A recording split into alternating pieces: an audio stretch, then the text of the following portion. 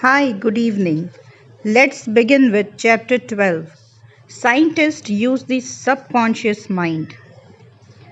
Many scientists realize the true importance of the subconscious mind. Edison, Marconi, Catering, Poincare, Einstein, and many others have used the subconscious mind. It has given them the insight and the know how for all their great achievements in modern science and industry. Research has shown that the ability to bring into action the subconscious power has determined the success of all great scientific and research workers. An instance of how a famous chemist, Friedrich von Steinitz, used his subconscious mind to solve his problem is as follows. He had been working laboriously for a long time, trying to rearrange the 6 carbon and the 6 hydrogen atoms of the benzene formula, and he was constantly perplexed and unable to solve the matter. Tired and exhausted, he turned the request over completely to his subconscious mind. Shortly afterward, as he was about to board a London bus, his subconscious presented his conscious mind with a sudden flash of a snake biting its own tail and turning around like a pinwheel. This answer from his subconscious mind gave him the long sought answer of the circular rearrangement of the atoms that is known as the benzene ring. How a distinguished scientist brought forth his inventions. Nikola Tesla was a brilliant electrical scientist who brought forth the most amazing innovations when an idea for new invention came into his mind. He would build it up in his imagination, knowing that his subconscious mind will reconstruct and reveal to his conscious mind all the parts needed for its manufacture in concrete form. Through quietly contemplating every possible improvement, he spent no time in correcting defects and was able to give the technicians the perfect product of his mind. He said, "Invariably, my device works as I imagined it should. In 20 years, there was not been a single exception." How a famous naturalist solved his problem. Professor Agassiz, a distinguished American naturalist, discovered the indefatigable activities of his subconscious mind while he slept. His widow, in her biography of her famous husband, has reported the following. He had been for 2 weeks striving to decipher the somewhat obscure impression of a fossil fish on the stone slab in which it was preserved. Weary and perplexed, he put his work aside at last and tried to dismiss it from his mind.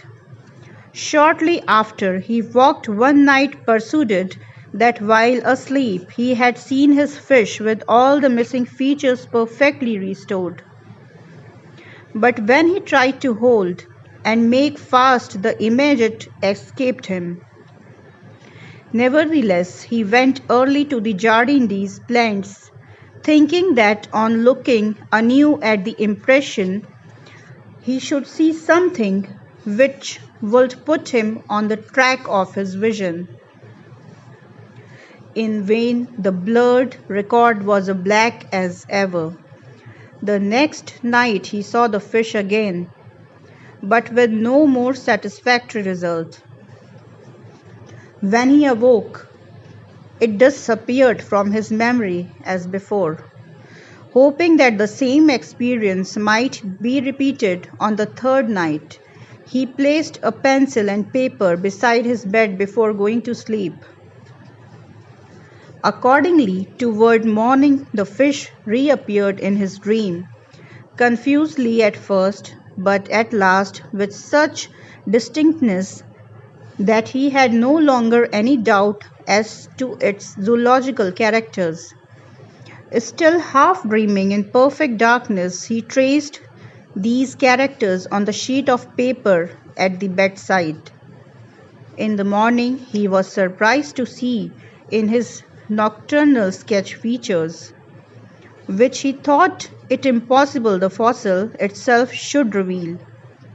He hastened to the Jardin des Plantes and, with his drawing as a guide, succeeded in chiseling away the surface of the stone under which portions of the fish proved to be hidden. When wholly exposed, it corresponded with his dream and his drawing, and he succeeded in classifying it with ease. An outstanding physician solved the problem of diabetes. Some years ago, I received a clipping from a magazine describing the origin of the discovery of insulin. This is the essence of the article as I recall it. About 40 years ago or more, Dr. Frederick Banting, a brilliant Canadian physician and surgeon, was concentrating his attention on the ravages of diabetes. At that time, medical science offered no effective method of arresting the disease. Dr. Banting spent considerable time experimenting and studying the international literature on the subject. One night he was exhausted and fell asleep. While asleep, his subconscious mind instructed him to extract the residue from the degenerated pancreatic duct of dogs. This was the origin of insulin, which has helped millions of people. The idea of success contains all the elements of success. Repeat the word success to you frequently with faith and conviction, and you will be under a. You will note that Dr. Banting had been consciously dwelling on the problem for some time, seeking a solution, a way out, and his subconscious responded accordingly. It does not follow that you will always get an answer overnight. The answer may not come from some time. Do not be discouraged. Keep on turning the problem over every night to the subconscious mind prior to sleep, as if you had never done it before. One of the reasons for the delay may be that you look upon it as a major problem. You may believe it will take a long time to solve it. Your subconscious mind is timeless and spaceless. Go to sleep believing you have the answer now. Do not postulate the answer in the future. Have an abiding faith in the outcome. Become convinced now as you read this book that there is an answer and a perfect solution for you. How a famous scientist and physicist escaped from a Russian concentration camp. Dr. Lothar von Schmidt, a member of the Rocket Society and an outstanding research electronic engineer, gives the following condensed summary of how he used his subconscious mind to free himself from certain death at the hands of brutal guards in a Russian prison camp coal mine. He states as follows: I was a prisoner of war in a coal mine in Russia, and I saw men dying all around me in that prison compound. We were watched over by brutal guards, arrogant officers, and sharp, fast-thinking commissioners. After a short medical checkup, a quota of coal was assigned to each person. My quota was 300 pounds per day. In case any man did not fill his quota, his small food ration was cut down, and in a short time he was resting in the cemetery. I started concentrating on my escape. I knew that my subconscious mind would somehow find a way. My home in Germany was destroyed, my family wiped out. All my friends and former associates were either killed in the war or were in concentration camps. I said to my subconscious mind, I want to go to Los Angeles and you will find the way. I had seen pictures of Los Angeles and I remembered some of the boulevards very well as some of the buildings. Every day and night I would imagine I was walking down Wilshire Boulevard with an American girl whom I met in Berlin prior to the war. She is now my wife. In my imagination, we would visit the stores, ride buses, and eat in the restaurants. Every night, I made it a special point to drive my imaginary American automobile up and down the boulevards of the Los Angeles. I made all this vivid and real. These pictures in my mind were as real, as natural to me as one of trees outside the prison camp. Every morning, the chief guard would count the prisoners as they were lined up. He would call out 1, 2, 3, etc. And when 17 was called out, which was my number in sequence, I stepped aside. In the meantime, the guard was called away for a minute or so, and on his return, he started by mistake on the next man as number 17. When the crew returned in the evening, the number of men was the same, and I was not missed, and the discovery would take a long time. I walked out of the camp undetected and kept walking for 24 hours. Resting in a deserted town the next day, I was able to live by fishing and killing some wildlife. I found coal trains going to Poland and traveled on them by night until finally I reached Poland. With the help of friends, I made my way to Lokeren, Switzerland. One evening at the Palace Hotel, Lucerne, I had walked with a man and his wife from the United States of America. This man asked me if I would care to be a guest at his home in Santa Monica, California. I accepted, and when I arrived in Los Angeles, I found that their chauffeur drove me along Wilshire Boulevard and many other boulevards which I had imagined so vividly in the long months in the Russian coal mines. I recognized the buildings which I had seen in my mind so often. It actually seemed as if I had been in Los Angeles before. I had reached my goal. I will never cease to marvel at the wonders of the subconscious mind. Truly, it has ways known not of. How archaeologists and paleontologists reconstruct ancient scenes. These scientists, now that their subconscious mind has a memory of everything that has ever transpired. As they study the ancient ruins of fossils, through their imaginative perception, their subconscious mind aids them in reconstructing the ancient scenes. The dead past becomes alive and audible once more. Looking at these ancient temples and studying the pottery, statuary, tools, and household utensils of these ancient times, the scientists tell us of an age when there was no language.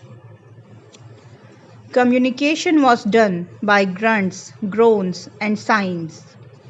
The scientist awakens the latent powers of his subconscious mind enabling him to clothe the ancient temple with roofs and surrounded them with garden, pool, and fountains.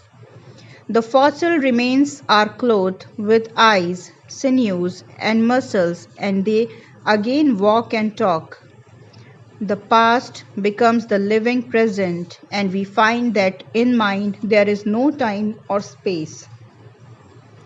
Through disciplined, controlled, and redirected imagination, you can be a companion of the most scientific and inspired thinkers of all time. How to receive guidance from subconscious. When you have what you term a difficult decision to make, or when you fail to see the solution to your problem, begin at once to think constructively about it. If you are fearful and worried, you are not really thinking. True thinking is free from fear. Here is a simple technique you can use to receive guidance on many subjects. Quiet the mind and still the body. Tell the body to relax. It has to obey you. It has no violation, initiative, or self-conscious intelligence. Your body is an emotional disk which records your beliefs and impressions. Mobilize your attention. Focus your thought on the solution to your problem. Try to solve it with your conscious mind. Think how happy you will be about the perfect solution. Sense the feeling you would have if the perfect answer were yours now. Let your mind play with this mood in a relaxed way, then drop off to sleep. When you awaken and you do not have the answer, get busy about something else. Probably when you are preoccupied with something else, the answer will come into your mind like toast pops out of a toaster. In receiving guidance from the subconscious mind, the simple way is the best. This is an illustration. I once lost a valuable ring, which was an heirloom. I looked everywhere for it and could not locate it. At night, I talked to the subconscious in the same manner that I will talk to anyone. I said to it prior to dropping off to sleep, "You know all things, you know where that ring is, and you know, reveal to me where it is." In the morning, I awoke suddenly with the words ringing in my ear, "Ask Robert." I thought it very strange that I should ask Robert, a young boy about 9 years of age. However, I followed the inner voice of intuition. I thought Robert said, "Oh yes, I picked it up in the yard while I was playing with the boys. I placed it on the desk in my room. I did not think it worth anything, so I did not say anything about it." The subconscious mind will always answer you if you trust it. The secret of guidance. The secret of guidance or right action is to mentally devote yourself to the right answer. Until you find its response in you, the response is a feeling, an inner awareness, and an overpowering hunch whereby you know that you know. You have used the power to the point where it begins to use you. You cannot possibly fail or make one false step while operating under the subjective wisdom within you. You will find that all your ways are pleasantness and all your paths are peace. Highlights to recall. 1.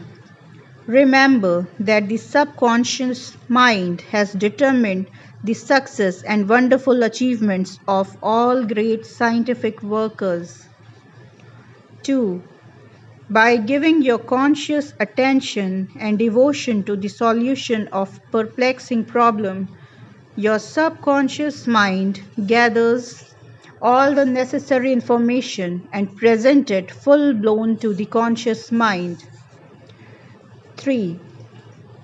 If you are wondering about the answer to a problem, try to solve it objectively. Get all the information you can from research and also from others. If no answer comes, turn it over to your subconscious mind prior to sleep, and the answer always comes. It never fails. 4. You do not always get the answer overnight. Keep on turning your request over to your subconscious until the day breaks and the shadows flee away. 5. You delay the answer by thinking it will take long time or that it is a major problem. Your subconscious has no problem. It knows only the answer. 6. Believe that you have the answer now. Feel the joy of the answer and the way you would feel if you had the perfect answer. Your subconscious will respond to your feelings. 7. Any mental picture backed by faith and perseverance will come to pass through the miracle working power of your subconscious. Trust it, believe in it, and wonders will happen as you pray. 8. Your subconscious is the storehouse of memory, and within your subconscious are recorded all your experiences since childhood. 9. Scientists meditating on ancient scrolls, temples, fossils, etc., are able to reconstruct scenes of the past and make them alive today. Their subconscious mind comes to their aid. 10. Turn over your request for a solution to your subconscious prior to sleep. Trust it and believe in it.